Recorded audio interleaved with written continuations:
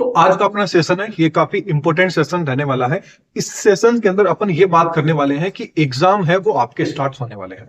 आपके बीएससी के semester almost हर university ने अपना टाइम टेबल भी निकाल दिया, ऑलमोस्ट डेट भी दे दी है किसी यूनिवर्सिटी में कि या तो अपन इस मंथ के एंड तक करा देंगे या फरवरी के अंदर तो 100% आपके एग्जाम हो जाए। तो अपन ये मान के चलते हैं कि एग्जाम होने के अंदर आपके पास ओनली फॉर कितने दिन बचे हैं? 30 दिन आपके पास में। कितने दिन है?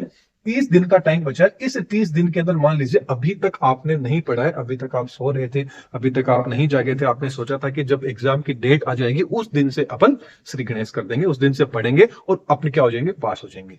तो इसका सबसे जो बढ़िया ब्रह्मास्त्र है वो मैं आपको आज बताने जा रहा हूं कि आप ये सोच रहे हैं कि अपन अभी तक अपन ने कुछ भी नहीं पढ़ा है, अब अपन क्या कर लेते हैं? वीडियो देख लेते हैं। इस वीडियो में आपको बता दिया जाएगा कि किस तरह से अपन करोगे। तो बिल्कुल मैं आपको ये चीज बताऊंगा कि मैं जो चीज आपको बताऊंगा वो चीज यदि आप फॉलो करोगे तो 100% मैं ये गारंटी के साथ तो नहीं बोल रहा हूं कि आप कहोगे सर ने तो 100% बोल दिया, लेकिन इतना जरूर है कि पास आप बिल्कुल आराम से हो जाओगे यदि मैं जो चीज आपको बताता हूं। तो ये भी हो सकता है कि आप उस चीज को पूरा फॉलो कर लोगे तो जो बच्चा अभी तक स्टार्टिंग से पढ़ रहा था ना उसके बराबर आप एग्जाम टाइम में पहुंच जाओगे। अब अपन को ऐसा क्या पढ़ना है, कैसे करना है, उस चीज को अपन डिस्कस करेंगे कि किस किस स्टेप। देखिए ओनली फॉर पढ़ने से कुछ नहीं होता। पढ़ने के लिए तो अपन किसी भी, कोई भी तोता होता है, कोई भी शेर होता है सर्कस का, उसको सिखा देते हैं कि आपको ये ऐसे ऐसे करना है, तो वो वैसे वैसे बोल भी देता है, वैसे वैसे कर भी लेता है। ये चीज अपन को बिल्कुल नहीं करनी। अपन को क्या करना है? पूरा का पूरा प्रैक्टिकली सोचना है, प्रैक्टिकली अपन को चलना है। कैसे? ओनली फॉर याद करने से नहीं होगा। अब उसको एग्जाम के अंदर कैसे एग्जीक्यूट करना है, किस तरह से अपन को लिखना है ताकि एग्जामिनर क्या हो जाए? खुश हो जाए, और खुश होकर क्या कर दे? वो अपन को अच्छे से नंबर दे दे और अपन क्या हो जाए? इजीली पास हो जाए। देखिए ज्यादातर क्या होता है, कुछ बच्चे होते हैं पढ़ते रहते हैं, पढ़ते रहते हैं, पढ़ लिया पढ़ लिया पढ़ लिया। अब पढ़ पढ़ के वो ये तो सोच लेते हैं कि हाँ बिल्कुल हो जाएंगे, लेकिन जब एग्जाम में लिखने का टाइम आता है ना उस टाइम उस चीज को डिलीवर नहीं कर पाते, अच्छे से लिख नहीं पाते, एक्सप्लेन नहीं कर पाते, जिससे क्या होता है? आता उनको सब कुछ है। यदि आप उसको पूछोगे कि ये क्या होता है तो वो आपको एक्सप्लेन कर देंगे कि इस तरह, लेकिन वो उस चीज को क्या होता है राइटिंग के रूप में नहीं लिख सकते। तो वो तरीका मैं भी आपको बताऊंगा कि इस तरीके से आप लिख के आओगे ना, तो यदि आपको थोड़ा बहुत कम भी याद है और उस तरीके से भी आप लिख दोगे तो आपको एग्जामिनर अच्छे से नंबर दे देगा, खुश होके। किस तरह से देगा वो अपन डिस्कस करते हैं। देखिए अब अपन थोड़ा सा डिस्कस कर लेते हैं कि किस तरह से आपको एग्जाम के अंदर लिख के आना है और क्या क्या चीज आप अपन पढ़ोगे। देखिए ऑलमोस्ट आप सबको पता है कि मैं एग्जाम्पल लेके चल रहा हूं कि मान लीजिए आपका जो पेपर है वो कितने नंबर का होगा? 80 नंबर का होगा। कितने नंबर का होगा? 80 नंबर का पेपर होता है। हर यूनिवर्सिटी के अलग अलग हो सकता है। मैं एक एग्जांपल के रूप में लेके चल रहा हूं कि कोई भी यूनिवर्सिटी, मान लीजिए शेखावाटी ले लीजिए, राजस्थान यूनिवर्सिटी ले लीजिए, आपका पेपर कितने नंबर का होगा? 80 नंबर का होगा। केमिस्ट्री, बॉटनी, जूलॉजी, मैथमेटिक्स जो भी है आपका। अब देखिए 80 नंबर का पेपर होगा तो पास होने के लिए अपन को ऑलमोस्ट, यदि अपन लेके चले तो 30 नंबर के समथिंग चाहिए। पास होने के लिए ऑलमोस्ट आपको कितने नंबर चाहिए? 30% के अंदर 30 नंबर के समथिंग चाहिए। मतलब 25 से 30 अपन लेके चलते हैं तो एक एवरेज ले लेते हैं अपन। 30 नंबर आपको कैसे भी करके लेके आने ताकि क्या हो जाए? आपकी बीएससी की first semester, second semester, third जो भी आपका सेमेस्टर वो इजीली क्लियर हो जाए। अब देखिए अभी तक यदि कुछ भी नहीं पढ़ा है तो आप सबको पता है कि आपकी टोटल यूनिट कितनी है? 4 यूनिट। टोटल कितनी यूनिट है आपकी? 4 यूनिट है हर सब्जेक्ट के अंदर। अब इन 4 यूनिट के अंदर से देखिए केमिस्ट्री में 5 हो सकती है, वो बता रहा हूँ, मैंने कॉमन ले लिया है कि 4 यूनिट है। अब 4 यूनिट की अपन बात करें तो इन 4 की यूनिट्स में से अब आपको पूरी यूनिट नहीं पढ़नी है। यदि आप ये सोच रहे हैं कि कैसे भी करके मैं पास हो जाऊं तो आप ऑलमोस्ट एवरेज लेके चलिए 2 से आप 2.5 यूनिट पढ़ लेंगे। 2 से कितनी? या तो 2 यूनिट कंप्लीट कर लेंगे, थोड़ा सा एक्स्ट्रा यदि आप देखते हैं बैकअप के रूप में, तो आपको 2.5 यूनिट क्या कर लेनी है? कवर कर लेनी है। अब 2.5 यूनिट में ये नहीं कि आपको पूरा पढ़ लेना है, बिल्कुल भी नहीं, फिर भी आपको मैं छूट दे रहा हूं, पूरी भी आपको नहीं पढ़नी है। अब 2.5 यूनिट के अंदर भी देखिए 2 ऑप्शन आपके पास।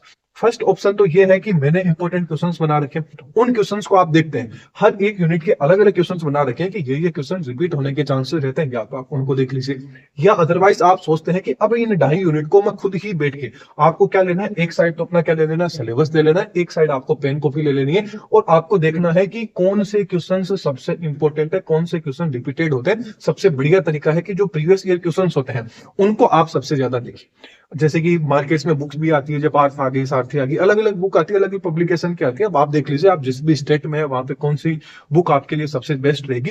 उन बुक के अंदर से भी आप देखना चाहें तो आप इंपॉर्टेंट क्वेश्चन देख लीजिए कि भाई 2 यूनिट के ये क्वेश्चन है, तो ऑलमोस्ट भी अपन लेके चले तो आपको ऑलमोस्ट भी अपन तीनों यूनिट से, मतलब तीनों बुक्स की अपन बात करें, केमिस्ट्री, बॉटनी, जूलॉजी, तीनों को भी अपन लेके चले तो ऑलमोस्ट मेरे अकॉर्डिंग 50 से ऊपर क्वेश्चन बिल्कुल भी नहीं बनेंगे।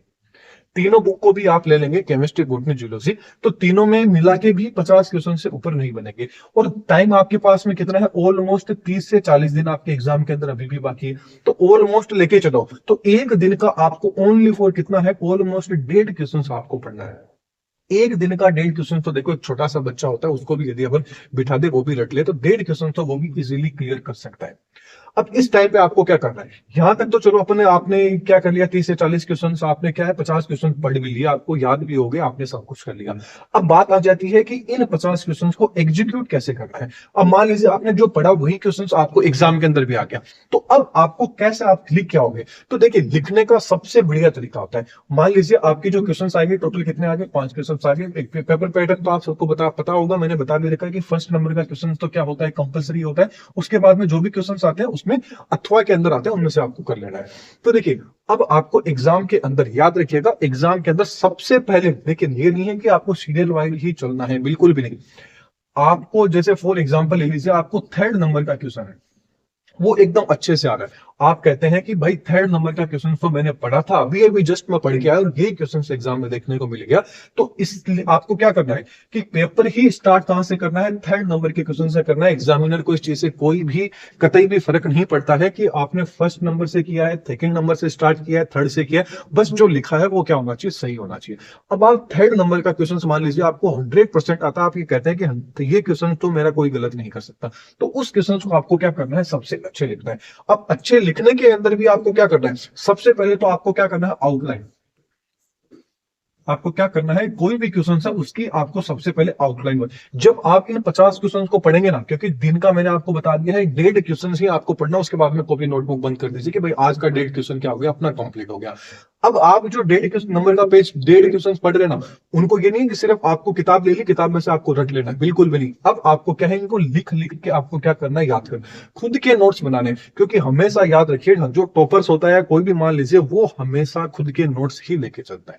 खुद के नोट्स का मतलब हो गया कि देखिए, मैंने भी कई वीडियो लेक्चर बना रखे हैं, अदरवाइज आप कहीं से भी वीडियो लेक्चर देख सकते हैं, कोई भी यूट्यूब पे इतना है, कोई भी टॉपिक डालोगे तो हजारों आपके पास में लेक्चर आ जाएंगे। अब हर एक लेक्चर में से आप 5 लाइन, 5 इस लेक्चर से ले ली, 5 इस लेक्चर में ले ली, 5 इसमें, 5 इसमें, 5 लाइन भी आप हर लेक्चर्स के अंदर आप 5-6 लेक्चर देख लेते हैं, तो आपका 1-2 पेज क्या हो जाएगा, इजीली कवर हो जाएगा।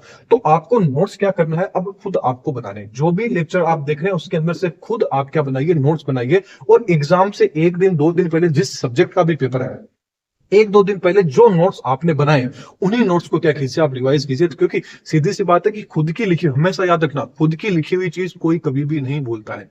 यदि आप खुद से लिख लिख के नोट्स बनाओगे तो कोई आपको नींद के अंदर भी पूछ लेगा तो आप इजीली बता दो कि भाई ये मैंने यहाँ इस पेज के ऊपर लिखा था।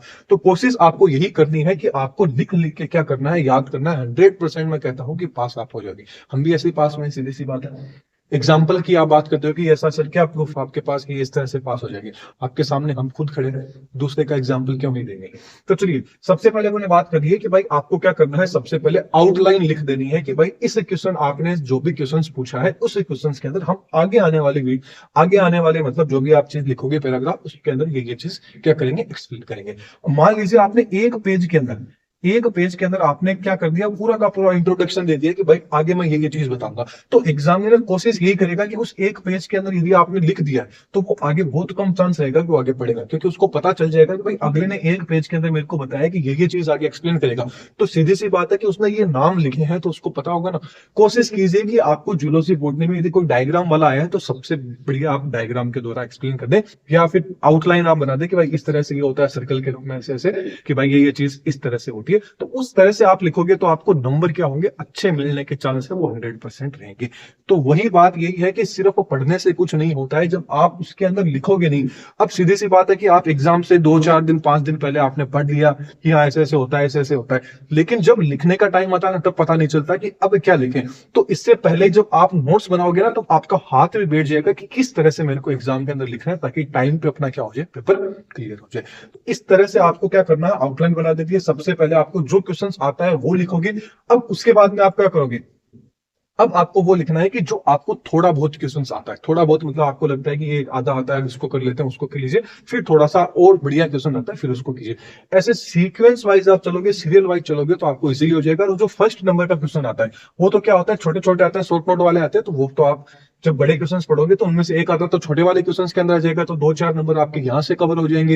ये क्वेश्चंस कर लोगे तो 10 एक नंबर इसमें से कवर हो जाएंगे। ऐसे कर करा के आपके ऑलमोस्ट क्या हो जाएंगे, 25 से समथिंग नंबर है वो आप कवर कर लोगे। और एक आधा क्वेश्चन सीधी सी बात है कि बैठे हो तो आसपास में 2 नंबर, 2 लाइन, 3 लाइन के आएंगे, तो वो तो किसी से भी आप पूछ सकते हैं। तो इजीली आप क्या हो सकते हैं, पास होने का सबसे बढ़िया तरीका यही है कि आप क्वेश्चंस खुद छांट लीजिए कि अब मेरे को ये वाले क्वेश्चंस पढ़ने हैं, खुद से नहीं मिले तो मैंने इंपॉर्टेंट क्वेश्चंस बना रखे हैं। आप किसी और को फॉलो करते हैं तो उनके जो इंपॉर्टेंट क्वेश्चंस हैं उनको आप देख लीजिए। मेन जो क्वेश्चंस है अब आपको यही करना है कि जो जो इंपॉर्टेंट क्वेश्चंस हैं उन क्वेश्चंस को आपको देख लेना है, या फिर सिलेबस लीजिए एक साइड में, जिस भी आप यूनिवर्सिटी में उसका सिलेबस लीजिए और उसके अंदर से अंडरलाइन कर लीजिए कि ये क्वेश्चंस है, ये देखने में अच्छा लग रहा है तो मैं इसको पढ़ लेता हूँ।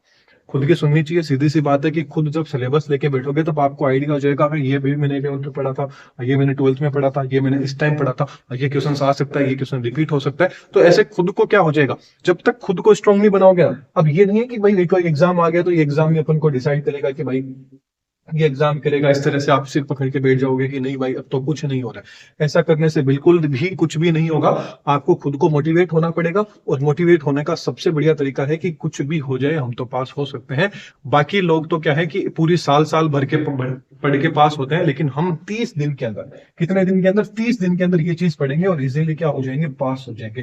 तो मैंने जो चीज आपको बताई है, ये चीज यदि आप डेली कंटिन्यू करते हैं, डेली का यदि बात करें तो 1.5 क्वेश्चन डेली का पढ़ते हैं और साथ में लिखते हैं, तो 100% आप क्या हो जाएंगे, पास हो जाएंगे। वो क्वेश्चंस आपको एग्जाम में देखने को जरूर मिलेंगे, क्योंकि खुद को पता चल जाता है, खुद को पता चल जाता है कि क्वेश्चन रिपीट होगा, ये क्वेश्चन आ सकता है, नहीं आ सकता है। तो खुद की हमेशा सुननी चाहिए। फिर भी कोई आपके सामने डाउट रहता है तो कमेंट सेक्शन में पूछ सकते हैं। नोट्स वगैरह है वो आपको टेलीग्राम पे मिल जाएंगे।